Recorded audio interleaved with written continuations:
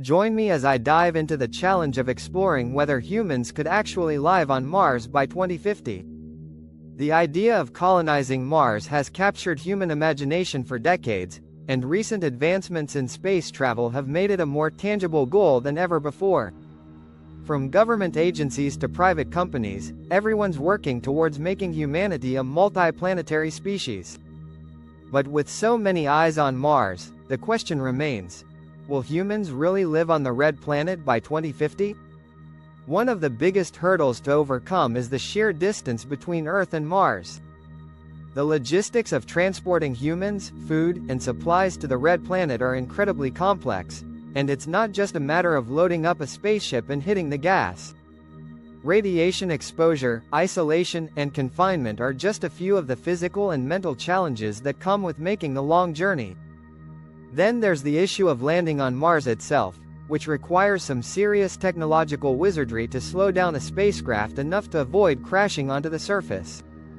And even if we manage to land safely, we still have to figure out how to create a sustainable habitat that can support human life for extended periods of time. Another major challenge is the harsh Martian environment. The planet's atmosphere is too thin to protect humans from harmful radiation, and the temperatures can drop to as low as 125 degrees Celsius at night. Not to mention the toxic chemicals present in the Martian soil and atmosphere, which could be harmful to human health. And let's not forget the psychological toll of living in such an alien environment, with its rusty red landscape and constant sense of isolation. On top of these technological and environmental challenges, there are also logistical issues to consider.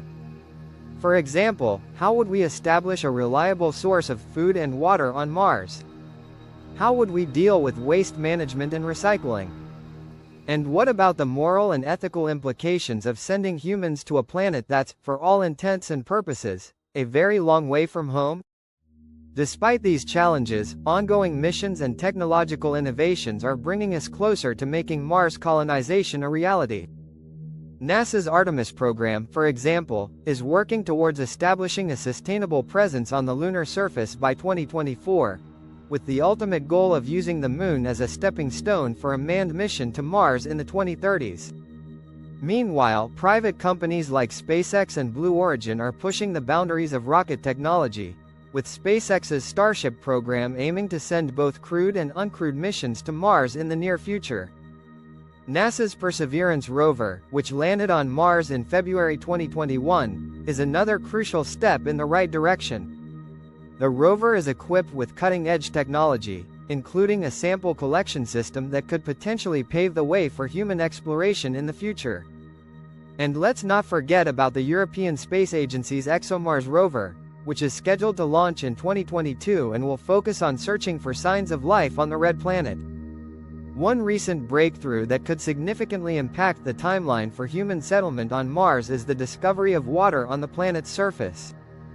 NASA's Mars 2020 rover has found evidence of seasonal water on Mars, which could be used to support human life and potentially even make the planet more habitable. This discovery has major implications for the feasibility of sending humans to Mars, and it's a crucial piece of the puzzle that scientists have been working on for years. In conclusion, the challenges to overcome for humans to live on Mars by 2050 are significant, but they're not insurmountable. From technological innovations to ongoing missions, the progress we're making towards colonizing the red planet is undeniable.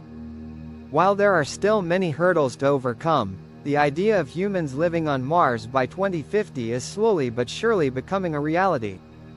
So what do you think, will humans really live on Mars by 2050? Let me know in the comments below, and be sure to check out my other videos on space exploration and the latest advancements in the field.